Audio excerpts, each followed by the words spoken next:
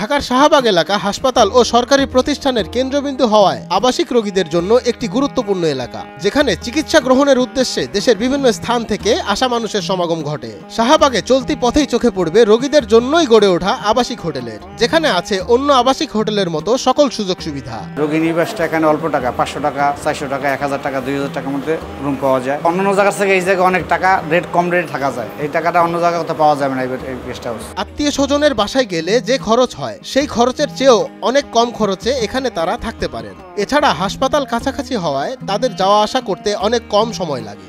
একজন রোগী জানালেন, অসুস্থ হয়ে স্বজনদের বাসায় উঠতে হয় সংকোচ, তাই এই আবাসিক হোটেলে এসে ওঠেন তিনি। আত্মীয় স্বজন আছে, তাদের কাছে তো আর রোগী ডাক্তার দেখাইতে এসে যাওয়া যায় না। মূলত আমরা আসছি ডাক্তার দেখাইতে। এমনি বেড়াইতে গেলে একজনের কাছে যাই ওঠা যায় বা থাকা যায়, কিন্তু আমরা তো ডাক্তার দেখাইতে আসি এই উদ্দেশ্যে এখানে, এই জন্য কোনো আত্মীয়র কাছে যাইতে চাই না আর কি। অন্য অন্য আত্মীয় বাসায় গেলে রুম ভাড়া লাগে না, হার থেকে খরচ বেশি হয়ে যায়। গাড়িতে যাইয়ে যাতায়াত করিয়ে আসলে খরচ অনেক বাড়িয়ে যায়, আর এই ডাক্তার ঠিক মতন পাই না। তবু তার থেকে এই জায়গাটা খুব পরিবেশ সব কিছু গুছিয়ে গেছে। ডাক্তার ধারে, খানার ব্যবস্থা ধারে, রুম ভালো, আচরণ ভালো, পানি পাওয়া যায়, সকল সাইড দিয়ে জায়গা খুব সুন্দর পরিবেশ একেবারে। সাধারণ অন্যান্য হোটেলগুলোর মতোই আসবাবপত্র দেখা যায় এখানে। হোটেলটি হাসপাতালের কাছাকাছি হওয়ায় রোগীদের যাতায়াতের জন্য খুবই সুবিধাজনক। রয়েছে এসি, সার্বক্ষণিক নিরবিচ্ছিন্ন বিদ্যুৎ সরবরাহ নিশ্চিত করতে রয়েছে জেনারেটর এবং বিশুদ্ধ পানি। আরও রয়েছে পাখির কলকাকলি আর নানা রঙের মাছেদের বসবাস।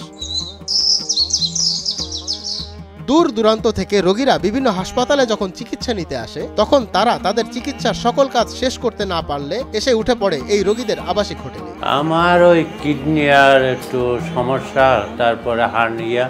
এখানেও ডাক্তাররা বললো যে আমরা ওখানে থাকতাম, আমরা ওটা ছেড়ে দিছি, এখন আমাদের রুগী টুগি যাইয়ে ওইখানে থাকবে না। হসপিটাল থাকার মতো জায়গা নাই, তো আমি ভর্তি হলে থাকতে পারবো, নাইলে এই যে 1 মাস ছিলাম, 1 মাস তো থাকার মতো আমার সম্ভব না। পয়সা করে দিয়ে থাকা বা বোর্ডিংয়ে থাকা 1 মাস থাকা সম্ভব না। এখন আসছি 2 দিন থাকবো, আবার দেখাই আবার চলে যাবো। জানা যায় এটি মূলত ডাক্তারদের থাকার জায়গা হিসেবে ছিল। পরবর্তীতে মানবিক দৃষ্টিকোণ থেকে এটি রোগীদের জন্য প্রস্তুত করা হয়। এখানে সব ডাক্তাররা আর অন্যান্য রুগীরা থাকতো, তখন এটা আমাদের সারে এটা রুগীদের থাকার জন্য ডাক্তাররা এখান থেকে চলে গেছে, রুগীরাই বেশি থাকে। এখানে হলো 600 থেকে 2000 টাকা পর্যন্ত আমাদের রুম ভাড়া। হ্যাঁ, যেটা 600 টাকার রুম, এটা হলো সিঙ্গেল রুম, একজন থাকতে পারে, বা কষ্ট করে কেউ যদি 2 জন থাকতে পারে বেশ সমস্যা নাই। আর যেটা হলো 800 টাকা রুম, এটা 2 জন থাকতে পারবে, বাথরুমটা রুমের বাইরে। আর যেটা 1000, 1200, 1400, এগুলো 2 জন থেকে 4 জন থাকতে পারে, 1000, 1200, 1400। আর যদি এসির রুম নেন 5-6 জন থাকতে পারেন, 2টা খাট বড় বড়, তাহলে ওইটা ভাড়া হলো 2000 টাকা। এখানে রয়েছে খাবার রান্না করে খাওয়ার সুবিধা। কেউ চাইলে খাবার কিনেও খেতে পারবেন বলে জানান হোটেলের ম্যানেজার। 80 টাকাতে আপনি খেতে পারবেন। 1 পিস মাছ থাকবে, সবজি, ডাল, ভাত, 80 টাকা, এক বেলা একজন। আর যদি আপনি মনে করেন যে না আমি পার্সেল খাবো না, আমি রান্না করে খাবো, তাহলে রান্না করারও ব্যবস্থা আছে, আমাদের গ্যাসের চুলা আছে। মঞ্জুর এ মাওলা, নয়া দিগন্ত।